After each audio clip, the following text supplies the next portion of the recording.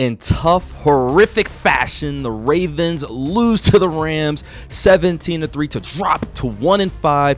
And this game for Zay Flowers was the worst game of his regular season career. We got to start with Zay Flowers and his horrific game for the Ravens against the Rams.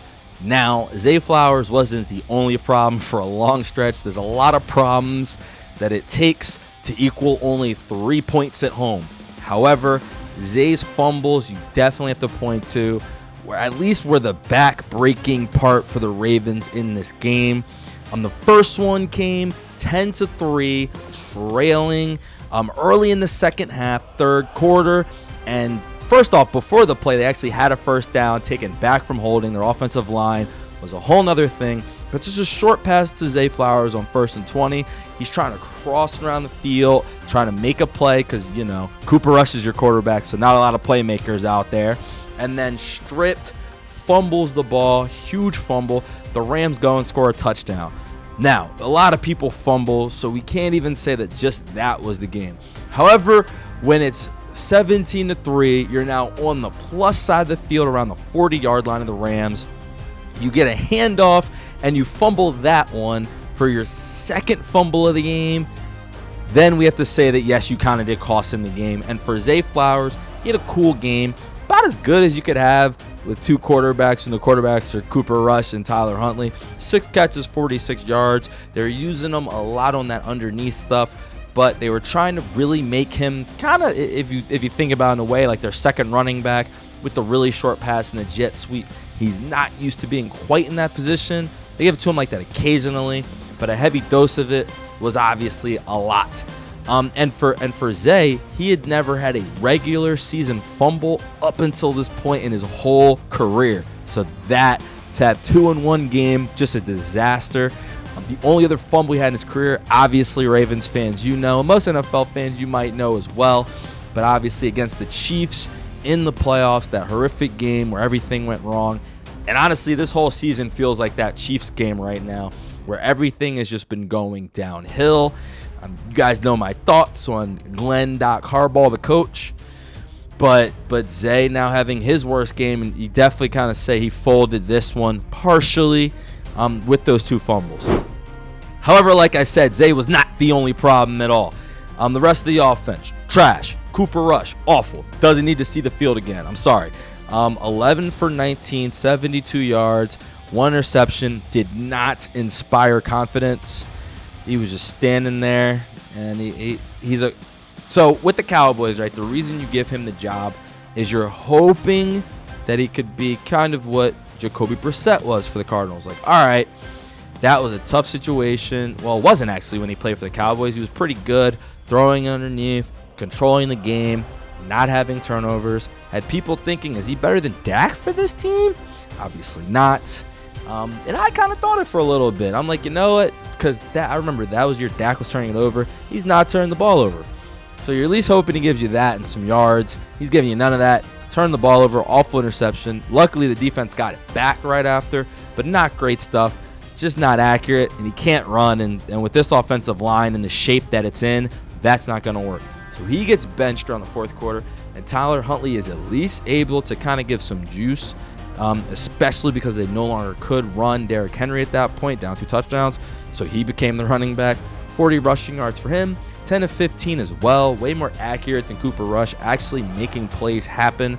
68 yards, almost as much as Cooper had all game in 1 quarter.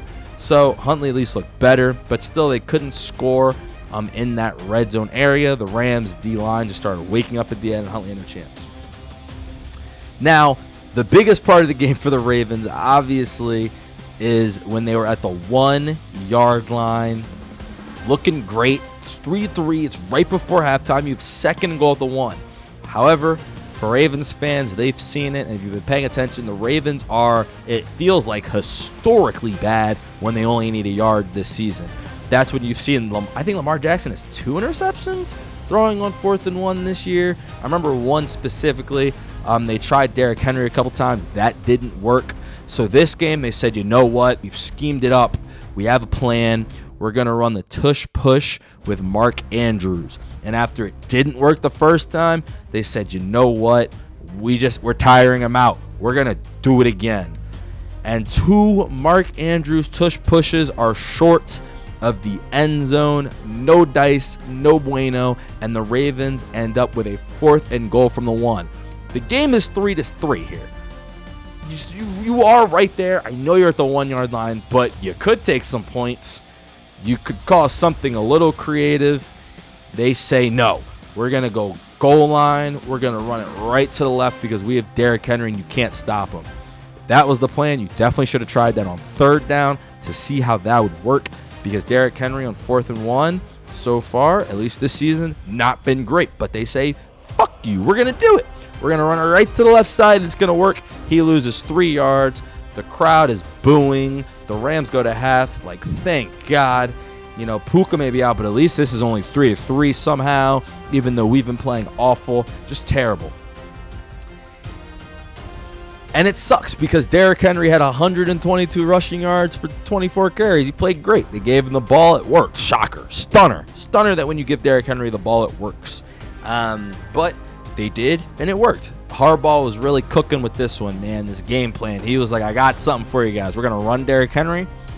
We're going to give it to Zay quick, and we're going to play some fucking defense. And the defense played well. We'll get to them in a minute. Shout out the defense. Well, at least for the first half. But we got to get to, man, the defense did play better. Let's start there. Defense, impressive for a little bit. But ultimately, the game just came down to Glenn Doc Harbaugh. He is just the underlying issue. And obviously, there's no Lamar Jackson. But a couple of reasons. Let's start way back. Why exactly did you get Cooper Rush? Of all the quarterbacks available, right, to be your backup? I know you couldn't have quite gotten Mac Jones. I know Shador said no, right? I know maybe Jacoby Brissett wasn't quite available to you. But like Cooper Rush, he had that cool stretch. He's not very good. He's not. And he can't run. And you have Tyler Huntley. I guess you wanted an upgrade over Tyler Huntley, but it's weird. And he can't run the offense. He's not accurate, and he's not fast. So just from the beginning of the season, that huge error, looking terrible. Obviously, 2 tush pushes from the 1 with Mark Andrews.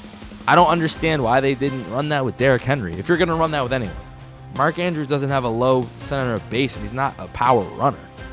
You know, and everyone thinks that their team can do it because the Eagles can do it. Not true, as you see. Now, the Ravens are one of the teams that didn't ban the tush push. And maybe for this reason, they thought they could run it. They can't. Why were they chasing points so early in the game when they were already up 3-0? They were already up 3-0. 4th and 3 from the 30. Kick the field goal. I know it's windy. I know it's cold. You have Cooper Rush. Cooper Rush starting. You just scored like 6 against the Texans. The Rams are a really good defense. You've miraculously survived an interception already. Kick your field goal. Go up 6 somehow in this game. At least give them a try. Instead, you don't get it because, duh, you're not getting a 4th and 3 with Cooper Rush. Why are you going for that anyway? Idiots. And that cost him. And then 3-3 still. Defensively, 4th and 3. Zach Orr's like, you know what? I played Madden. I know what to do in this situation. I'm going to rush 2 people. Got to shoot 2 at him. 2 people he freaking rushes. He rushed 2 people. Matt Stafford is looking at the line like, all right, cool. Then they all start rushing, you know, at the end. But there's just 4 guys standing right in front of the line. Maybe they were expecting some short play. Cool. And then they all start rushing. Good in concept, good in theory, but when it doesn't work, man, it looks bad. And then you get a PI and a catch anyway for Kyron Williams. So even though Zach Orr, better game, you know, they did some cool things. I think that there were openings that Stafford was just missing. I think it was a little cold out there. I think the dome team thing hit, which is weird because Stafford sometimes is really good in cold weather. This was not one of those games. So they were giving you chances, and then biggest play of the game, you dial up your best defensive play, which is 2 rushers.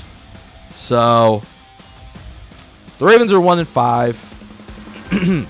With the Steelers being 4-1, it's looking bad. It's looking really bad for the Ravens right now. They have a bye week, I believe. Let me double check because I don't want to lead you guys wrong. But I remember looking at this earlier, and with the Lamar injury, the thought was sit him because, yes, indeed, you do get a bye week. And then you get the Bears, the Dolphins, the Vikings, the Browns, the Jets, and the Bengals. As bad as I think Glenn Doc Harbaugh has been, I do believe, with Lamar Jackson versus the Bears and the Dolphins, there's a chance they can get to 5-6. The defense looked improved today. They started handing Derrick Henry the football. So all those things look positive. And I guess if you're a Ravens fan, you want 1 or 2. I still think you probably would rather just tank, maybe help fix this O-line or D-line because you're very decrepit in both areas right now. Still really couldn't get a pass rush. Can't really block right now. Just be bad. Be so bad you can actually trade back. I think they're 3rd in draft odds right now. And not draft odds, sorry. In the race for the number 1 pick. But that was just bad to watch. So at least if you get Lamar, you got to win all those games. To me, it's all or nothing at this point. So we'll see. Bye week. That's 1 week, Ravens fans. You don't have to watch your team. Sit back, relax. It's been a hard season, man. Just enjoy your time. Enjoy it. Enjoy your time on your couch. Enjoy the fam. Enjoy some other football teams. Enjoy not being upset for a week. And when they come back, you probably should have Lamar Jackson back. So even though you're 1-5 and you stink, this game was one you're pretty much supposed to lose the second Lamar is not playing. So even though we can nitpick those issues, facts are the facts. So we shall see if the Ravens, after this bye week, can turn it around.